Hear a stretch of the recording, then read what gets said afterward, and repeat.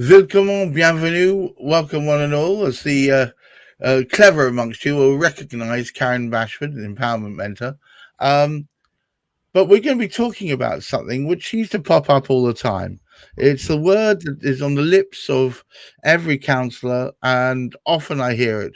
And for once, we're going to get a really clean and easy to understand definition, and we're going to talk all about it. And that is the word empowerment. So, welcome, Karen. What in the Thank you. Sam Hill is empowerment? Well, I understand it to be, for me, and the work I do is finding yourself in amongst all the rubbish that you're Right. holding on to, that's in your life, and utilizing that knowledge to empower yourself, to give yourself the opportunity to be you. Oh, right. And So, is that that's almost what it's like all taking the about. mask off? Taking the Yeah, mask off and definitely. just. Yeah. But isn't that dangerous to do that? Because that sounds like you're showing people your soft underbelly. But shouldn't you be doing that? Because that's love. And we are all capable of loving so much more, but we have to empower ourselves to be willing to be vulnerable. And that's what empowerment's about. It is being vulnerable. It's acknowledging that actually to live life fully, you have to be hurt sometimes. We can't go around with a massive protection around us. That doesn't work. And that's why we have so many issues in this world nowadays, because we've forgotten that to be vulnerable, we have to show our true selves. Yes. It's very hard, I think, for some people who have, for instance, had early life trauma or they've been through a harrowing period. And in your own personal experience, you'll reconcile that anyway. And then to come out the other side, and then some people might say needlessly expose themselves to ridicule or pain or upset, But what you're saying here almost is you should welcome it because you can only taste the salty if you've had a bit. You only taste the sweet if you've had a bit of salt, kind of thing. Yes, there's that element to it. But actually, if you realize that in constantly protecting yourself, you're not allowing yourself to experience life to the full. I discovered that I had put such a big barrier around myself that I wouldn't allow myself to experience feelings of love, of accepting other people's impressions of me. You've shared before now, and I've mentioned it before, that I was disconnected, I suppose, is one way of putting it. And that's because I didn't believe in myself. I didn't trust myself. I didn't love myself. And that's what empowerment's all about, is actually learning to love yourself enough to know that you can trust yourself to be vulnerable. Because What we all what choose how we want to live.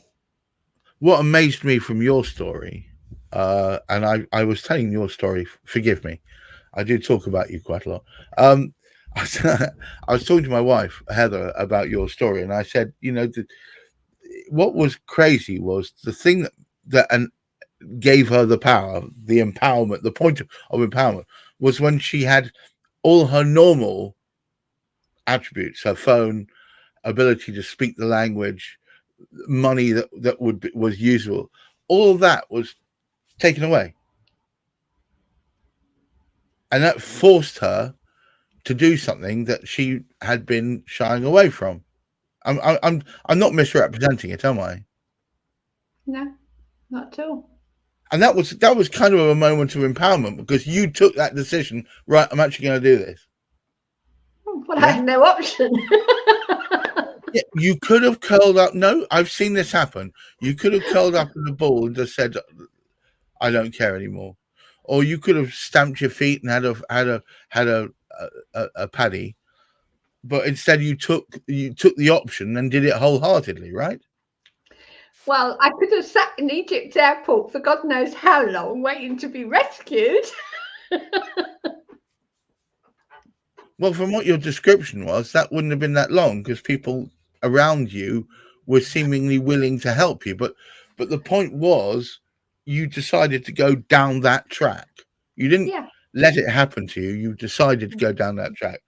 I am going to trust someone. I am going to put my faith in someone. I am going to work with them and they allow them to help me and make myself vulnerable, right? Yeah. And I should add here, it was men. Whereas Yeah, normally I would trust a woman, but this was an environment of nothing but men. And yeah, I was way outside my comfort zone. my goodness, yes. My good, because your original trauma had been associated with men, and here you were Yeah. almost, it was almost, you had to just face the trauma head on and deal with it immediately. There was, there was no there was no gentle lead in because you had no option, as you said. No. But that wasn't. I But think that was facing, empowering, right? of course, anything you face on is empowering. You know, because you're no longer allowing your fear to stop you, even if it's a hidden fear. The instant you allow that fear to take over is when you stop empowering yourself, when you become disempowered. And I would point out here that I actually chose to go to Egypt knowing that I was entering a situation where I was putting my life in the hands of a man I'd never actually met in person. I'd met online and I'd had conversations through WhatsApp with him, but I'd never met him in person. I was going into an environment that I'd experienced previously, but in a group and in a location that was fairly, what's the word, populated. Whereas I was actually handing myself over to somebody to go into the middle of nowhere. Right. Absolutely the middle of nowhere. So you had, as you said, no recourse. But you'd chosen that course. You'd chosen that direction. You'd chosen that option, right? Right. So empowerment is almost like a conscious decision, right? It's a conscious decision. It's also recognizing that actually sometimes we just have to let go. Yeah. If you That's aren't willing to let go, you're trying to control. And empowerment isn't about control, it's about just letting go. And I've done a lot of work on in connecting to my own intuitive knowledge and experience. So I suppose it was testing that as well, in the right. sense of, was this safe for me to go? I would have questioned that anyway before I'd even booked the trip. But even landing and getting off the plane, it was like, well, I'm here. I can choose to turn around and say, I'm going back. Or I But you can were choose to step out and go through the customs and everything else and walk out that door, knowing that once I walked out that door, I'd lost my safety. were you scared? No, that was what's so amazing. Literally walking out the last doors of the arrivals hall into the normal greeting area, I was actually excited. There Well, was nothing to even though fear. It was almost as if, you were taking a chance and you were overturning yeah, a preconception that in the past you would have walked in the opposite direction to, yes? So the probably point of because I didn't realize I was scared. yeah, it there's a book in this, Karen. Um Yes, I know. but there are so many people that seem to hold themselves back from experiencing both the benign and the extravagant things in life based on preconceptions and past trauma, right? So the point of empowerment there would be when you say you're setting aside your preconceptions and you're taking the chance and taking the option and putting your toe in the water. Mm-hmm. Yep. So the fear is a good thing, and that's what I've been doing. Oh, right? Yeah. So people Any out there fear is good because. Yeah, go on. Sorry, Gareth. Yeah. No, Any not fear is good because it makes you look at yourself. Right. So fear is rather than, people are scared to be scared, whereas in fact it's a tool, isn't it, really?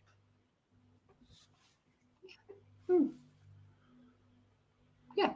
Obviously, you need to be scared of situations where you're entering, and you know that it's like a lot of women, unfortunately, are frightened of walking down the street because they never know what they're going to encounter, especially in certain countries. Some countries, a woman is reasonably safe to do so, but in other countries, it's highly unsafe for them to do so. But unless you're prepared to face that fear and recognize that often our own fear creates more fear, you're never going to step outside of your comfort zone. You're never going to really live life without, that fear interfering all the time. And that's not empowering you at all. I suppose it's in some ways trying to live a life without self-imposed limitations.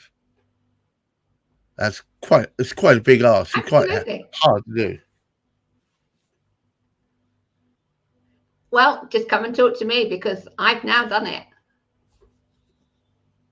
And which leads me into very nicely asking you about your new venture in Egypt, as sparked by this process that you lived through yourself.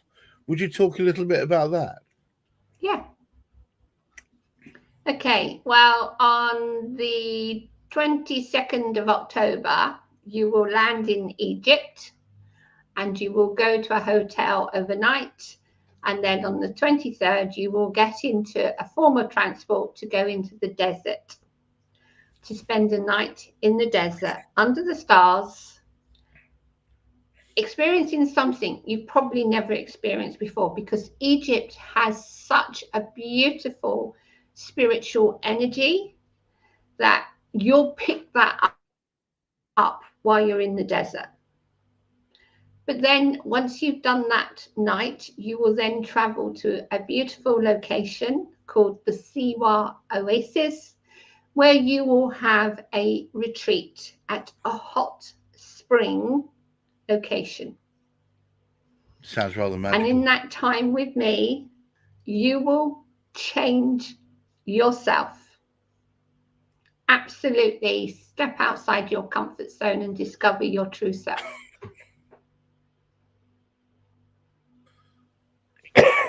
Excuse me. It sounds marvelous. Who should apply? Who is this for? It's for women. It's for women who know that they want more from life than they're experiencing. It's as simple as that.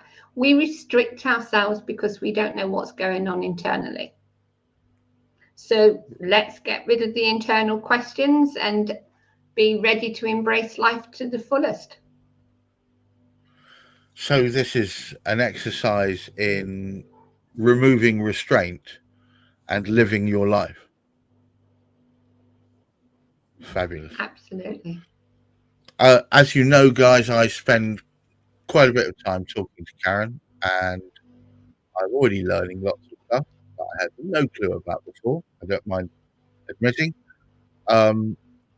You people out there that perhaps are putting on limitations based on past trauma or belief systems, I absolutely recommend spending some time with Karen to try and pull that mask off and just be your true self. Um, Empowerment, as Karen would have it, is about just being real, just living. And this, am I right in thinking this stay in Egypt will enable people to shed that skin and step out of it and be into their own truth?